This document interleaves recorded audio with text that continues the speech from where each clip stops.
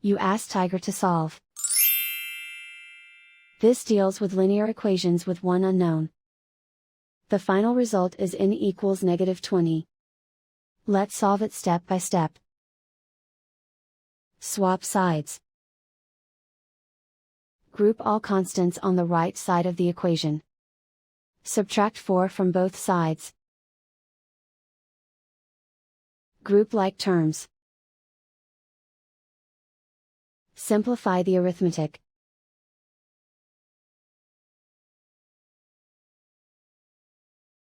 Isolate the n. Multiply both sides by 5. Group like terms. Multiply the coefficients. Simplify the fraction. Simplify the arithmetic. And so the final result is n equals -20.